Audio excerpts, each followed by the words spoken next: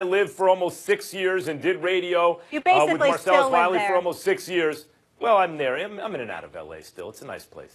The point is that it's not like the East Coast markets, New York, Boston, Philly, where if you stink, they still pay attention to you. You turn on talk radio, they're cursing you out, right? But they're paying attention to you. In L.A., the weather's nice. The beach is right there. If you stink, they just ignore you. They don't talk about you. They don't care about you.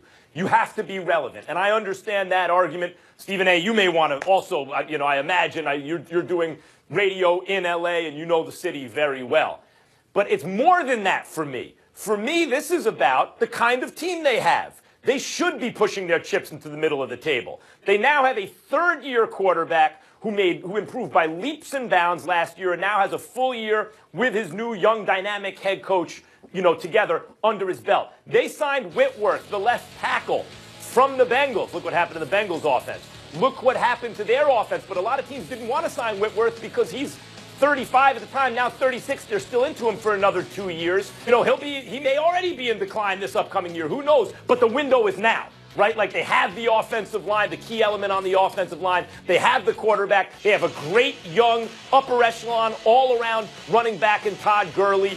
They have the defense. They put Ndamukong Suh with Aaron Donald, the two best defensive tackles in football together. They got their secondary addressed.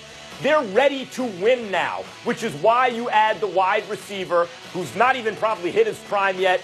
Young, dynamic, take the lid off the defense guy. It's not just that they're Hollywood and they happen to be going for it now. It's based on the elements on the chessboard, Stephen A. The time is now to start the attack on the Kings side. The moment is right. There's a tide in the affairs of men, and it's now, and they're right to go after it.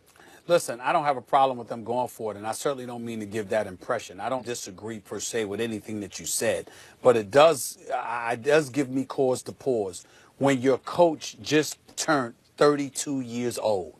Okay, clearly you're moving towards the future, and it's a long-term plan. You hadn't made the playoffs since 2004 until last season as an organization. We get all of that, probably because you were contaminated most of that time by Jeff Fisher. But in the end, what it comes down to is this. A Marcus Peters and Aqib Talib, how much do you believe in these guys? The fact that you have those two guys along in the locker room with an Ndamukong Suh, is there a concern for a 32-year-old coach in terms of handling that? Now, obviously, your defensive coordinator is Wade Phillips, who's universally respected, and he's 70 years of age. So that certainly helps in that regard. Now, understand that. And you basically leave the defensive side of the ball to him. You rank 28th against the rush. You're 19th overall in yards allowed, I believe. So you got to address that. And I understand it. Or my only concern, my only cause for trepidation is that while going for this, did you sacrifice anything for the future? It is the NFL, and I understand parity and things like that. Bodies change all the time. I get all of that. But it's one thing to go for it now. But going for it now in terms of, all right, are we building something here, or are we going for it to a degree where if we don't, we end up plummeting? That's the question that I have, because I don't know. I know that Aqib Talib is big time. I know that Marcus Peters is big time. I believe that Ndamukong Suh is big time.